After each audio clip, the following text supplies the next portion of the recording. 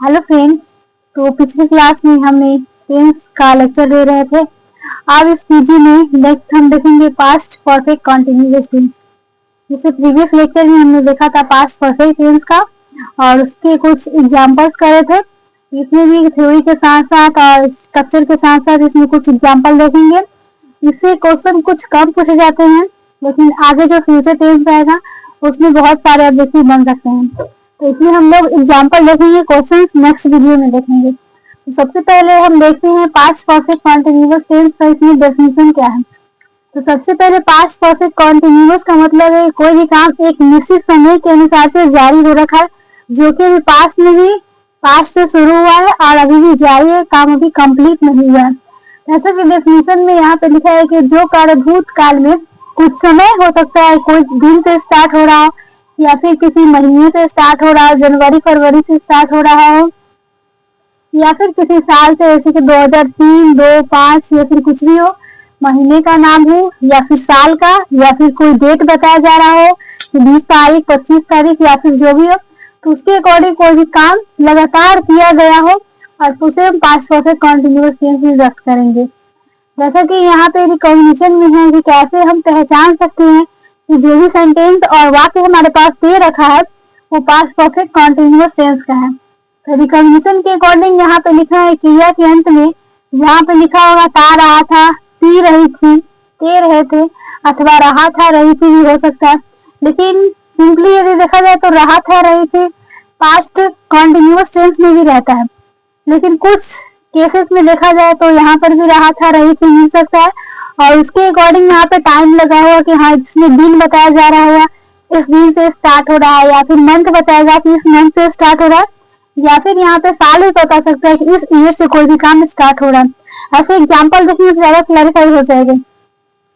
उसके साथ में यहाँ पे टाइम तो अवश्य होगा, टाइम नहीं होगा तो हम समझेंगे कि पास्ट कंटिन्यूअस टेंस है।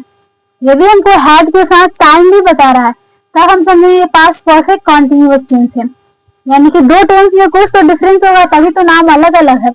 उसके बाद यहाँ पे अफर्मेटिव का रूल देखते हैं तो सबसे पहले हमारे पास सब्जेक्ट आ जाएगा और ये पास्ट है तो पास्ट में हैड बनाते हैं, और यदि प्रेजेंट में रहता हम तो हैड की जगह पर हैव और हैज का यूज कर सकते थे, और वो भी हैव वहीं पे आएगा जहाँ पर वर्ब होगी प्लूरल, वहां पे हैव का यूज करेंगे, और हैज जहाँ पर सिंगल वर्ब होगी वहां पे। लेकिन यहाँ पर कोई टेंशन है नहीं, हैड प्लूरल के भी साथ लग सकता है और सिंगल के भी साथ लग सकता है। उसके बाद यहाँ पे सब्जेक्ट जो रहेगा हैड लगाएंगे, उसके बाद बीन आ जाएगा, और बीन के बाद हमारे पास वर्ब का चौथा फॉर्म इसलिए आया क्योंकि यहाँ पे बोल रहा है कि काम यहाँ पे कंटिन्यूअस जारी है, यानी कि काम चल रहा है पास्ट में। उसके बाद यहाँ पे ऑब्जेक्ट या फिर जो भी कॉम्प्लीमेंट होगा उसको लिखेंगे, उसके बाद सिंस या फॉर लगाएंगे, और इसे प्रीवियस लेक्चर में बता चुके हैं कहाँ पे सिंस लगाएंगे और कहाँ पे फॉर लगाएंगे। यदि एग्जैक्ट टाइम बता दिया जाए 6 o'clock 4 o'clock या फिर कोई ईस्वी बता दिया जाए 2003 या फिर 5, या फिर हमारे पास कोई मंथ का नेम बता दिया जाए फिर वीक का नाम, तो यहाँ पे हम सिंस का यूज करेंगे। और फॉर का जब टाइम इंटरवल हो यानी कि 2 साल से 3 साल से या फिर क्लॉक में बता दिया जाए कि 2 घंटे से 4 घंटे से, तब यहाँ पे टाइम इंटरवल होगा तब यहाँ पे हम फॉर का यूज करेंगे। बस वही है फॉर डेफिनेशन। उसके टाइम लास्ट में लिखेंगे। बस ये अफर्मेटिव का स्ट्रक्चर हो गया, और निगेटिव में बस सेम एग्जैक्ट अफर्मेटिव का स्ट्रक्चर रहेगा, बस इसमें एक्स्ट्रा एक नोट आ जाएगी जो कि नोट डिनोट करेगा कि जो भी सेंटेंस हमारे पास दे रखा है वो किसमें निगेटिव में है। और इसमें भी वही है, सब्जेक्ट रहेगा, हैड रहेगा, नोट आ जाएगा, और जैसे ऊपर में बीन है वर्ब का चौथा फॉर्म है, उसके बाद ऑब्जेक्ट या कॉम्प्लीमेंट, उसके बाद सिंस या फॉर के साथ लास्ट में टाइम लगाएंगे। और नेक्स्ट यहाँ पे देखते हैं निगेटिव के बाद हमारे पास आता है इंट्रोगेटिव। इंट्रोगेटिव में भी सेम वही है, यहाँ पे जो भी हेल्पिंग वर्ब है हैड है हमारे पास, तो हैड को यहाँ पे हेल्पिंग वर्ब को शुरू में रखेंगे, हैड को शुरू में रखेंगे, उसके बाद जो सब्जेक्ट है उसके अकॉर्डिंग रखेंगे सब्जेक्ट, उसके बाद नोट आ जाएगा। यदि निगेटिव इंट्रोगेटिव होगा तो नोट लगाएंगे, यदि निगेटिव इंट्रोगेटिव नहीं होगा तो नोट को नहीं लगाएंगे और डायरेक्ट बीन का यूज करेंगे। उसके वर्ब का चौथा फॉर्म, उसके बाद ऑब्जेक्ट या कॉम्प्लीमेंट लगाएंगे, उसके बाद जो हमारे पास सिंस सब्जेक्ट यानी कि टेंस के अकॉर्डिंग यानी कि जो वाक्य दे रखा है उसके अकॉर्डिंग सिंस या फॉर का यूज करेंगे, उसके बाद लास्ट में टाइम लगा देंगे। तो ये हमारे पास इंट्रोगेटिव का स्ट्रक्चर बन गया। अब उसी प्रकार से यदि हमारे पास बोला जाए डब्ल्यूएच फैमिली का बनाने के लिए, तो यहाँ पे जो भी हमने हेल्पिंग वर्ब रखी है उसके जस्ट पहले डब्ल्यूएच फैमिली को रखना होगा। इसलिए यहाँ पे WH क्वेश्चन लिखा गया कि शुरू में WH फैमिली को रखेंगे और उसके बाद से जो इंट्रोगेटिव में स्ट्रक्चर है had plus subject plus not plus been और प्लस वर्ब का चौथा फॉर्म प्लस सब्जेक्ट, उसके बाद कॉम्प्लीमेंट और लास्ट में हमारे पास सिंस या फॉर के साथ टाइम आ जाती है। तो ये हमारे पास हो जाता है WH फैमिली का स्ट्रक्चर। स्ट्रक्चर काफी सिमिलर होते हैं, जैसे कि यहाँ पे कुछ एग्जाम्पल है हमारे पास।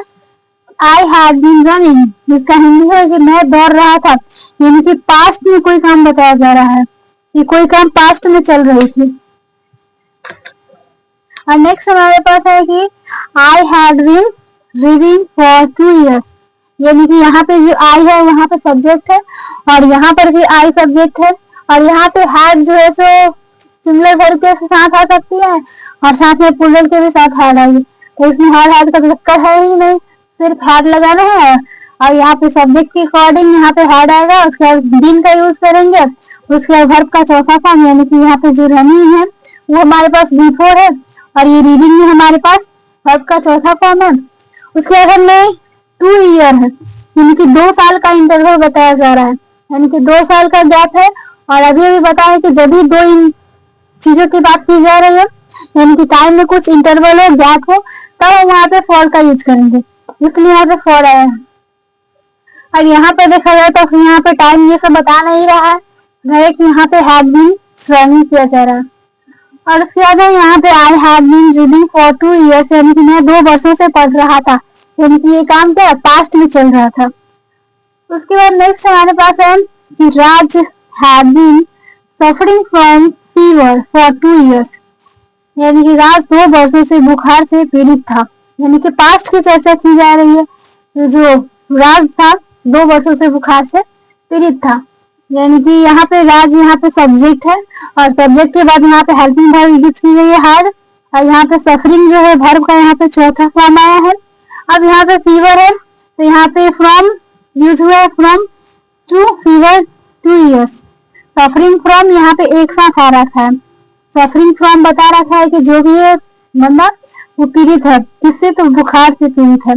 और यहाँ पे जो फॉर है ये इंपॉर्टेंट है, यहाँ पर भी 2 year का गैप है यानी कि 2 year इंटरवल बता रहा है टाइम का, इसलिए यहाँ पे फॉर का यूज हुआ है। यदि यहाँ पे एग्जैक्ट टाइम बता रहा होता तब हम यहाँ पे सिंस का यूज कर सकते थे। नेक्स्ट ऊपर भी नेक्स्ट हमारे पास है he had been preparing for the examination since 2003, यानी कि वह 2003 से परीक्षा की तैयारी कर रहा था, यानी कि पास्ट की चर्चा की जा रही है कि वो बंदा इस तरह से काम कर रहा था या फिर परीक्षा की तैयारी कर रहा था। तो यहाँ पर ही भी यहाँ पे सब्जेक्ट है, यहाँ पे हेल्पिंग वर्ब हैड आई है और ये बीन तो इसका स्ट्रक्चर था हमारे पास और ये प्रीपेयरिंग हमारे पास वर्ब का चौथा फॉर्म आ गया है।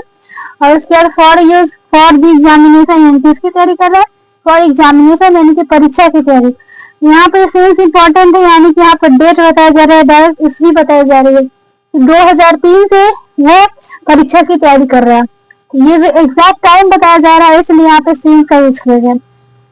यदि इसे क्वेश्चन बनेगा तो सिंस या फॉर से रिलेटेड क्वेश्चन बन सकता है कि क्वेश्चन हमारे पास दे देगा और बोलेगा, यदि एग्जैक्ट टाइम बोलेगा तो हम वहाँ पे सिंस का यूज करेंगे, यदि टाइम इंटरवल बोल रहा है कि 2 साल से 2 दिनों से इस तरह का हो तब यहाँ पे हम या फिर 2 वीक से 2 महीनों से तब हम वहाँ पे फॉर का यूज कर सकते हैं।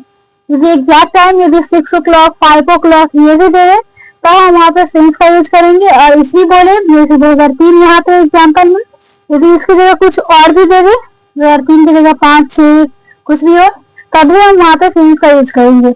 इसमें बस 2 चीजें ध्यान रखने वाली बात है कि सिंस या फॉर का यूज कहाँ पे करेंगे। और एक हमारे पास एक स्ट्रक्चर है कि इसका स्ट्रक्चर सब्जेक्ट रहेगा, सब्जेक्ट से हमारे पास हैड आएगी और हैड के साथ बीन तो आएगा और बीन ये ध्यान रखना कि बीन प्लस बिफोर तो आएगा ही आएगा, क्योंकि बीन प्लस बिफोर ये बताएगा कि काम पास्ट में जारी था।